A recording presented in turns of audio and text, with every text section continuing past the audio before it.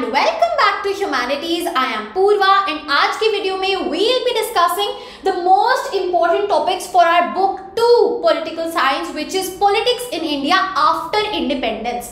1947 के बाद जो इंडिया की पॉलिटिक्स में हुआ वो पूरी ये हमारी बुक डिपिक्ट करती है from chapter number 1 to the last chapter. हम हर एक चैप्टर में फाइंड आउट करेंगे the most important topics from your CBSE boards perspective, right. So चलिए शुरू करते हैं। ऑल्सो बिफोर मूविंग फॉरवर्ड जो बुक 1 की वीडियो है वो मैं यहाँ पे लिंक कर दूंगी। Make sure to check those topics also out, right. चलिए शुरू करते हैं। तो सबसे पहला हमारा चैप्टर है चैलेंजेस ऑफ नेशन बिल्डिंग। क्या वो इमीडिएट चैलेंजेस थे जो इंडिया को फेस करने पड़े आफ्टर इट्स इंडिपेंडेंस इन 1947।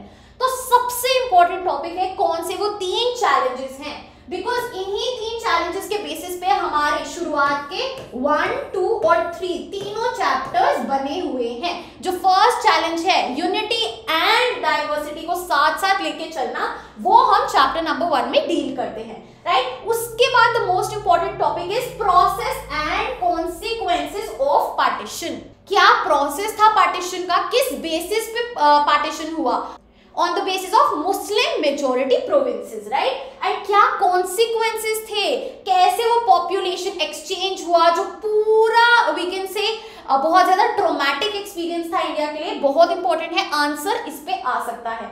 उसके बाद the most important topic is integration of princely states. कौन सी प्रिंसली स्टेट्स के बारे में डिस्कशन किया गया है इस चैप्टर में, Manipur and Hyderabad. So you should know कि क्या हुआ, जो पूरी स्टोरी है that is very very very important, right. उसके बाद आते हैं रीऑर्गेनाइजेशन ऑफ स्टेट्स पे। भैया कौन सी कमिटी बनी, स्टेट रीऑर्गेनाइजेशन कमीशन बना, राइट। उसके बाद रिपोर्ट आई 1953 में हमारा कमीशन बना, 1955 में उन्होंने रिपोर्ट रिलीज करी एंड 1956 में जाके स्टेट रीऑर्गेनाइजेशन एक्ट बना, राइट। सबसे पहली स्टेट जिसको सेपरेट स्टेट का औधा मिला we can say that is Andhra Pradesh through the Vishal Andhra movement, right. उसके बाद कब कब न्यू स्टेट्स बॉर्न हुई, जो लास्ट में पूरा बॉक्स है बहुत ज्यादा इंपॉर्टेंट है, राइट। सो मोस्टली ये सारे ही टॉपिक है। आप कहोगे कि चैलेंजेस ऑफ नेशन बिल्डिंग तो आपने पूरा ही बता दिया। This is the most important chapter, again I am saying, क्योंकि ये आपका बेस है चैप्टर नंबर 1।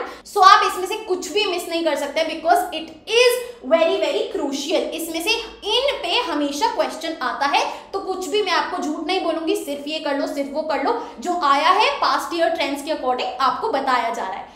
अब हम चलते हैं अपने नेक्स्ट चैप्टर पे which is era of one party dominance. ये है हमारा chapter number 2, again very very important. इसमें सबसे इंपॉर्टेंट टॉपिक्स क्या है, नंबर 1 इलेक्टोरल सिस्टम कैसे एस्टैब्लिश हुआ, व्हाट वर द प्रॉब्लम्स, जो पूरा इलेक्टोरल रोल प्रिपेयर करना पड़ा, डिफरेंट नेम्स थे, right, wife of, daughter of, clarity नहीं थी, राइट। कितना प्रोसेस लगा एक इलेक्टोरल सिस्टम को, फर्स्ट इलेक्शंस को कंडक्ट करने में, इस पे आंसर आता है। So again very very very important. उसके बाद चलते हैं नेक्स्ट टॉपिक पे that is Congress dominance in the first 3 general elections. ये कॉन्सेप्ट है जो इलेक्शंस का है ना, first election, second election, third election, फिर 4th जनरल इलेक्शन। इसमें आपको ये पता होना चाहिए कौन सी पार्टी कब जीती है और कौन सी पार्टी कब हारी है, राइट। तो ये बहुत ज्यादा रेलेवेंट हो जाता है आपके MCQs के लिए। फिर हम चलते हैं नेचर ऑफ कांग्रेस पे। नेचर ऑफ कांग्रेस में सबसे पहली चीज जो इंपॉर्टेंट है जिसपे आंसर आता है वो है लेगेसी। जो फ्रीडम स्ट्रगल की लेगेसी थी कांग्रेस के पास, जो उनके लीडर्स थे फ्रीडम स्ट्रगल वाले, जिससे जो नॉर्मल लोग हैं वो कनेक्ट कर पाते थे, that was the major reason of Congress's success in the first 3 general elections, right. So nature of Congress में 4 से 5 पॉइंट्स है, कैरेक्टरिस्टिक्स हैं उसके बारे में, वो आपको पता होना चाहिए, इस पे आंसर आता है। उसके बाद जो 2 और इंपॉर्टेंट टॉपिक्स हैं आंसर पर्सपेक्टिव से, वो है हमारे Congress as a social and ideological coalition. कैसे कांग्रेस के अंदर ही काफी ज्यादा अलग अलग आइडियोलॉजी और अलग अलग स्फेयर से लोग आते थे, right. Tolerance and management of factions, यही वो चीज है जो बाद में जाके कांग्रेस को डुबा देती है, right. But it is very important. ये 4 टॉपिक्स आप बिल्कुल भी भूलेंगे नहीं फ्रॉम चैप्टर नंबर 2। अब हम चलते हैं चैप्टर नंबर 5 पे, जो चैप्टर नंबर 2 के साथ मर्ज कर दिया गया है, क्योंकि ये दोनों चैप्टर एक क्रोनोलॉजिकल जनरल ऑर्डर को दिखाते हैं, कंटिन्यूएंस में है कि इसके बाद ये हुआ। चलिए, सो chapter number 5, challenges to and restoration of Congress system.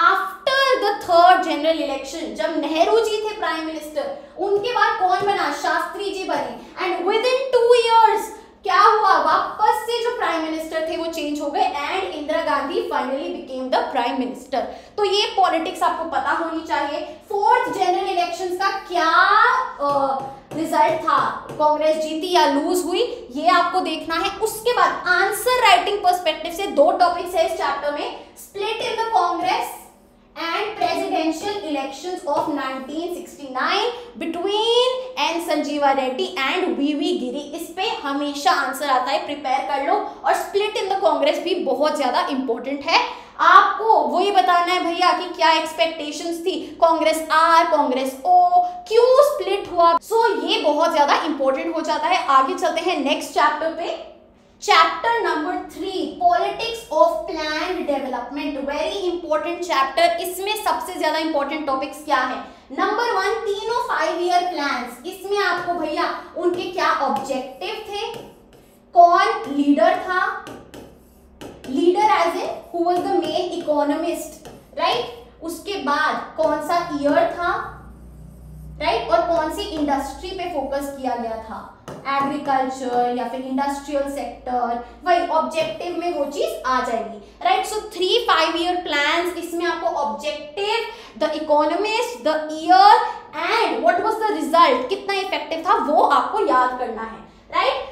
और आगे चलते हैं, 2 चीजें हैं आउटकम में, land reforms, right, land reforms लाए गए, इस पे आंसर पूछा जाता है, काफी इंपॉर्टेंट है, right. And the main topic is green revolution. White revolution भी गिवन है बॉक्स में, वो एमसीक्यू के लिए इंपॉर्टेंट है, but green revolution is very very very important. इसकी क्या प्रॉब्लम्स थी, क्या सक्सेस हुई, क्या इंपैक्ट हुआ, ये आंसर में पूछा जाता है, right. So again these are the most important topics for our chapter number 3। अब हम चलते हैं chapter number 4, India's external relations या फिर इंडियाज फॉरेन पॉलिसी जिसे हम कहते हैं, राइट। तो सबसे पहला इंपॉर्टेंट टॉपिक है नेहरूज रोल। क्या वो ऑब्जेक्टिव्स थे फॉरेन पॉलिसी को फ्रेम करने के, नेहरू जी ने कितना कंट्रीब्यूट किया as the prime minister and the foreign minister, right. उसके बाद वेरी इंपॉर्टेंट नॉन अलाइनमेंट, इसमें बहुत ज्यादा स्कोप है आपका आंसर आने का, so very very very important. और obviously the most important topics are Indo China conflict and Indo Pakistan conflict. इन दोनों में से बनता है आंसर, तो 100% these are the most important topics. Lengthy हैं बट बहुत मजेदार तरीके से मैंने आपको पढ़ाया हुआ है। पूरी प्लेलिस्ट की लिंक आपको डिस्क्रिप्शन बॉक्स में मिल जाएगी। 1 घंटे में फुल चैप्टर डन है, go and watch it out, right. चलिए आगे चलते हैं। अब चलते हैं chapter number 6, the crisis of democratic order. Chapter number 2 और 5 साथ में करेंगे, उसके बाद 6 पे आते हैं। तो जब इंदिरा गांधी जी की गवर्नमेंट पावर में है, क्या होता है, इमरजेंसी लग जाती है इन द ईयर 1975। तो भैया declaration of emergency is the most important topic, but इससे भी ज्यादा जो पूछा जाता है that is the Gujarat and Bihar movements, the student movements. कौन से लीडर्स इन्वॉल्व थे, JP Narayan, right. So very very very crucial, इस पे आपका आंसर पूछा जाता है। And then consequences of emergency, क्या प्रोटेस्ट हुए, लोगों ने कैसे अपोज किया जो गवर्नमेंट ने किया उसको, वेरी इंपॉर्टेंट। लास्ट जो लाइंस हैं उस चैप्टर की, उस पैराग्राफ की, वेरी वेरी वेरी इंपॉर्टेंट। ये 3 टॉपिक कर लो, बट अगेन ये मत कहना पूरी बुक है ये क्योंकि इंपॉर्टेंट है। अब देखो मैं एकदम पूरा पेपर तो कैसे ही बताऊंगी, बट यहाँ से हमेशा पूछा जाता है। आगे चलते हैं, जो हमारा chapter rise of popular movements है, सीबीएसई से उसे हटा दिया गया है, but it is relevant for your CUET examination. और मैं हर एक चैप्टर को डिस्क्राइब करके ये वीडियो बनाना चाहती हूँ ताकि बाद के भी जो स्टूडेंट्स हैं वो देख लें। दैट इज वाई मैं ये चीज क्लैरिफाई कर रही हूँ।